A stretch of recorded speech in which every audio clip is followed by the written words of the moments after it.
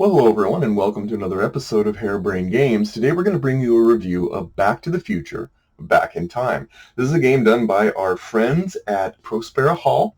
It is a 2 to 4 player game in which you are recreating the events of the movie Back to the Future. It is your job to bring lovebirds together, to salvage a car with futuristic capabilities, and to get that sucker into the right place at the right time in order to be able to win the game, all the while not dissolving your own history and losing the game. Enough chat. Let's take a look.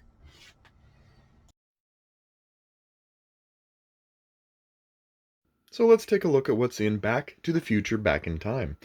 You get the lovely playing board, rife with iconic locations from the movie.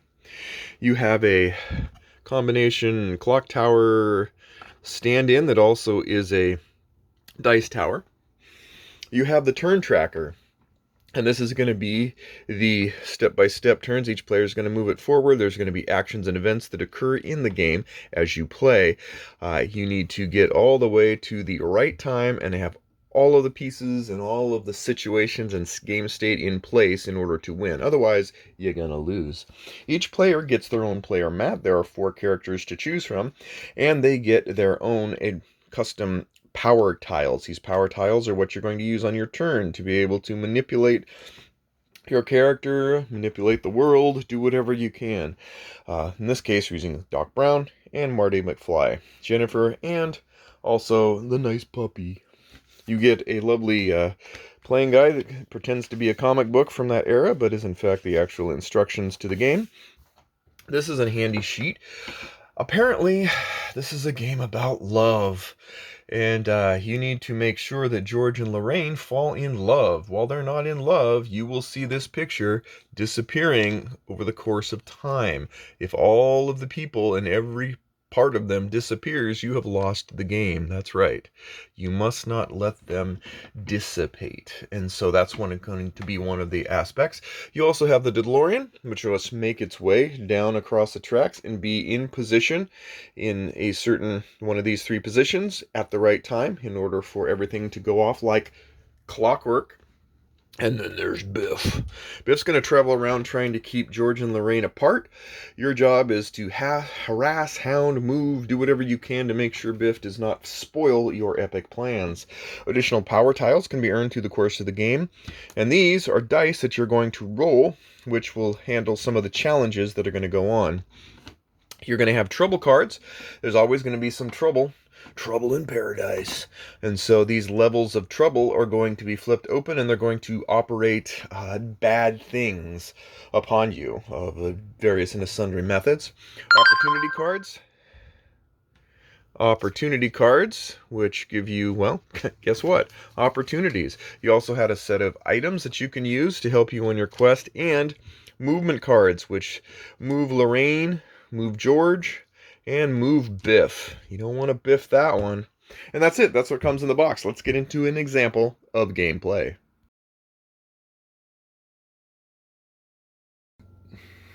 All right, let's play a turn of Back in Time, Back to the Future.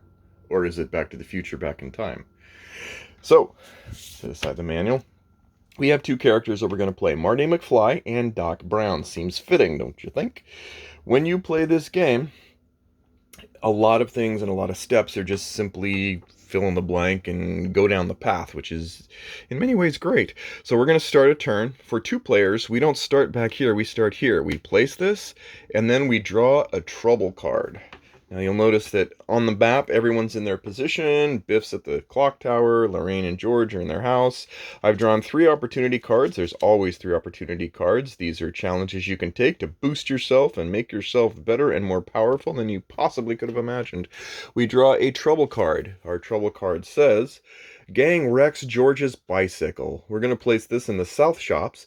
It says the love meter cannot be raised by more than 1 this turn, and we need them to fall in love. One of the 3 conditions of winning is they have to fall in love, Mr. George and Ms. Lorraine. We have to get the DeLorean all the way down through to one of these 3 last spots, and yeah, We can't have the picture disappear. As the 6 pieces flip over, that's kind of the game timer, the clock. And as they get flipped over, it brings you closer to doom and losing. And we don't want that because we've seen the movie and it shouldn't end that way. So yeah, so we're going to place this over in the south shops. So we look, we find the south shops, place it there, and now we have our challenges. Then the other thing is we take a movement, we flip that over, and we say, move George clockwise 2 spaces. Clockwise is this way, right? Right. Look at that. I like where this is going. And Biff, oh, move Lorraine counterclockwise 1 space. Darn you. Oh, so close and yet so far. All right, that's it. Now we take a turn. Marty has 5 tiles. He can use these tiles in any order, in any way he wants. He hasn't, you can even use them to help someone else on their turn, but it's his turn, so he's going to have some fun. The first thing you notice is that each tile always lets you move up to 3 spaces. You can always use it for that. Otherwise, you can use it for the die roll, for different challenges. Marty, should we have him go try and beat up Biff? He has potential. These stars are for, the blue stars are for fighting Biff, and the dice are very geared towards that.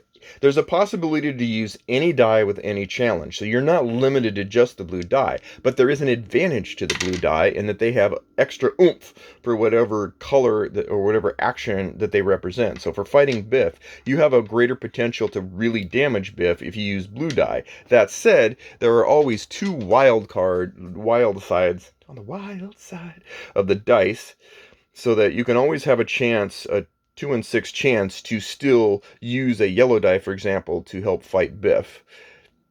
So that would be 1, 2, 3, 4. 4 hits on Biff, so not bad. In this case, we're going to go ahead and move, and we're going to go ahead and exhaust the love die. And we're going to move Marty over to where Biff is. All right. Then we're going to roll. Do we roll 2, 3, 4? We're not worried about the love right now. We're not going to try and raise the love meter. We're not worried too much about moving the DeLorean because we're not even where the DeLorean is right now. We could literally use all 4 of these dice to try to smack down Biff. But there's also a challenge, and that challenge is the manure truck. If we try the challenge, we could wind up getting some... Yes, so I need a green success and I need a blue success. Let's try that. Let's take a risk. We're going to flip green and blue, and we're going to roll green and blue. Whee! Uh-oh. We have 1 success for blue and 1 Biff for green. Darn it.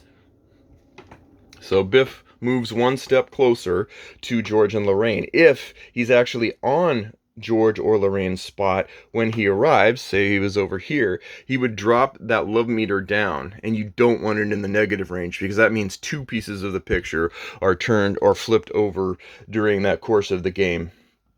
So unfortunately that didn't pay off. So now we're left with a choice.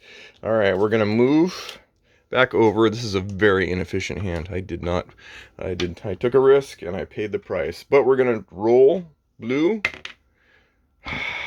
Biff. So I clearly am not doing well in that regard. So I basically, Marty screwed up. Marty, come on, man. All right, and that's it. That's the end of the turn. He's used up all of his stuff. So at the end of his turn, he flips it back up.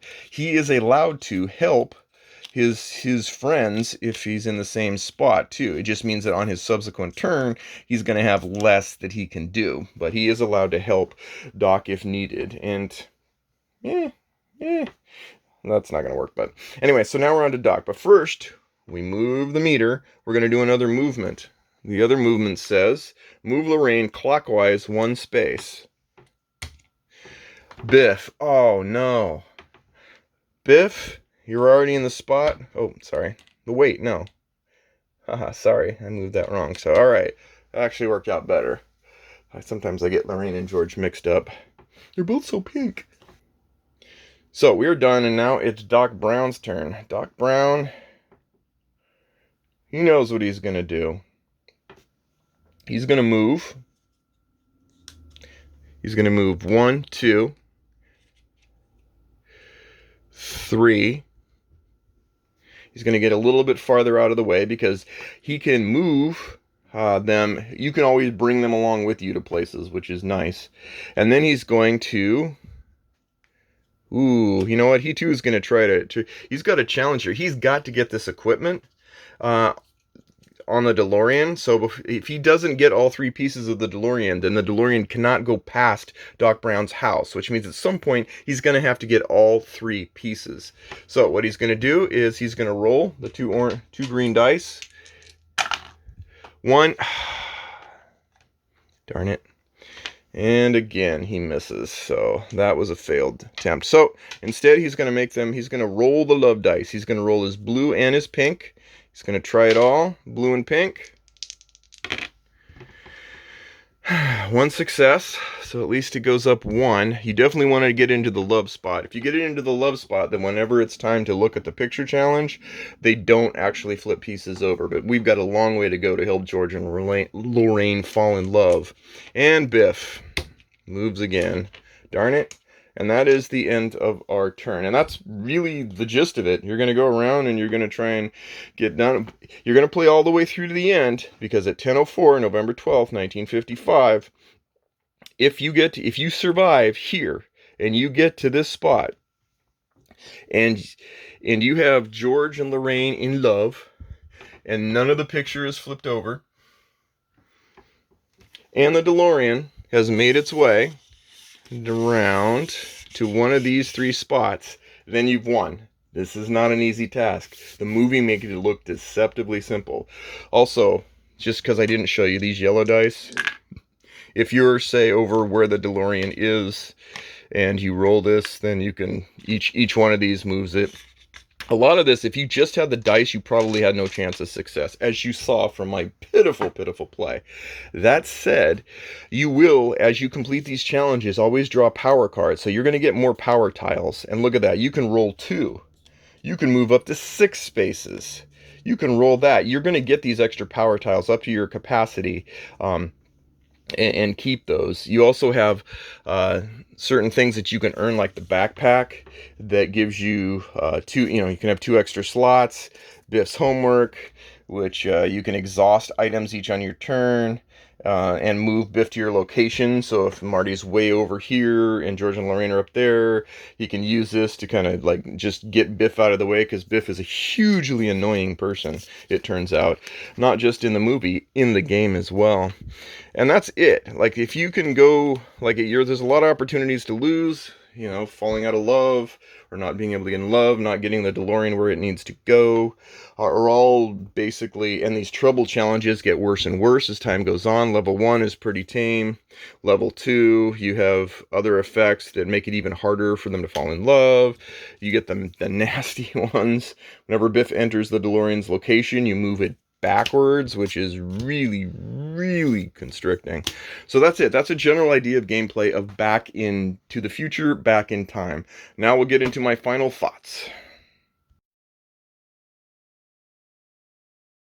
All right, let's talk about Back to the Future, Back in Time. What do I think? Was it worth backing? No. Let's go over the cons first. I found the components were a little bit flimsy in certain spots. The cards and such, they're a little light, not a big deal. It wasn't an expensive game. It was about $30 some odd dollars. So I'm not expecting grandiose components galore, but it would have been nice to have a bit more meat to the components. Not bad, and they'll do okay for the amount of gameplays I'm going to give it. Horrified was only about $5 more, and its components were much, much meatier to me. It felt like it was much more, tough stuff components. So, and the game is tough. It is tough. Not gonna lie. You're generally not gonna breeze your way through this game. You can, take a few shortcuts if you all agree or whatever. But in general, it's good. It's a good kind of tough though, because there are multiple objectives, and you feel like any of them could have been your primary objective. So that's good. I wouldn't necessarily play this 2-player again. I'd rather play 4-player with 2, or 1 player just doing all the roles, to be honest with you, because I think all those roles are pretty valuable. I like their special kind of abilities. I like what they do. I think the game plays best on all 4 cylinders. It's not terrible at 2-player, but I also don't think that you get the most out of it either. So, I wouldn't play two-player baseball either, if that's any consolation. So let's get to the pros. This game really recreates the iconic scenes that were represented, and it represents those scenes with concurrent tension points. Wherever you remember in the movie as being a point of contention, you will find in here. You've got to get the DeLorean. You've got to get it to the launch points. You've got to fight, but with the right stuff. You got to make the repairs necessary. Oddly, no flux capacitor here. That's yeah, I was surprised. You fight off Biff, and you get your mom and dad to fall in love and to stay in love. Not always easy. You have to hold off that the vanishing picture is a very clever timer where you have this picture disappearing of you. Like everything screams Back to the Future without actually using real photo artwork. It does use like drawn art, and I think a lot of people are going to like that. I would have been fine either way, but I think there's something special about sort of how they set the artwork up for it. So the pacing is relatively smooth. You can strategize pretty well as a group. You could alpha it if you had someone who's it, but at the same time, I mean, it is a game that's kind of joyful for people that love the movie. If you don't know anything about the movie, you're probably less likely to understand some of the inside humor and stuff, but you'll still have a good time because you still have the same objectives and they're very clear cut. The power ups, those are huge. Those are huge. I love the power-ups. I think that's probably the biggest enjoyment I got from this was that you get these, in the same way that Horrified gives you, when you rescue people, you get a boost. You get a boost. You get these, they've really nailed down this sort of feedback loop of getting these little extra bonuses and these little extra special things. It's not just simply add a cube, remove a cube, add 2 cubes now. There's extra crazy little things that give you these benefits and make you feel like sort of like when you're leveling up a character, you have these sort of like iconic, oh, I leveled up the character, now I can do this and this feels mighty, not like now you have another health point. I like that. I think they did a great job with these little mini bonuses. My style is to want to get little bonuses like this all over a game, and they feed that. So the die roll risk is also well done. I think that's a really clever push your luck. It's a push your luck which gives you some control, but you're not able to completely mitigate unfortunate dice rolls. In summary, I mean, let's just get to the chase. This is polished. It's representative of the theme. It's tense. It has great mini moments of these victories and defeats that feel real good. It's not Horrified. I think the extra monsters and the overall vibe of Horrified give it the nod. I think that still remains my top favorite cooperative board game from Prospero Hall or in general. Is Horrified still at the top of the list? This would be in second place though. There's a lot of good co-ops, but this would definitely be in second place, and it's nice to see this after what I felt was a very underwhelming Jungle Cruise game. All right, in summary, Back to the Future, Back in Time. This is a polished, representative game that really brings home the theme of Back to the Future. If you like Back to the Future, you are likely to like this game. It's tense. It has great mini moments of victory and defeat. It's nail-biting. It's not Horrified, so their Horrified game has a lot of extra monsters and an overall vibe that still gives it the nod. But this is a fantastic second-place lineup. So if you want to get back into it, Back to the Future is your game. So there we go. Thanks again, and we'll see you next time on Harebrained Games.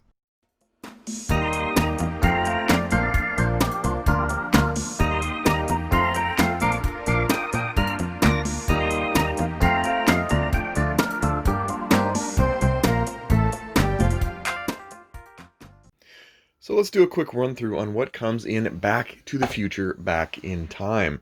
First, you get the all too familiar board, which shows various iconic places where in the movie took advantage of and had some shut up.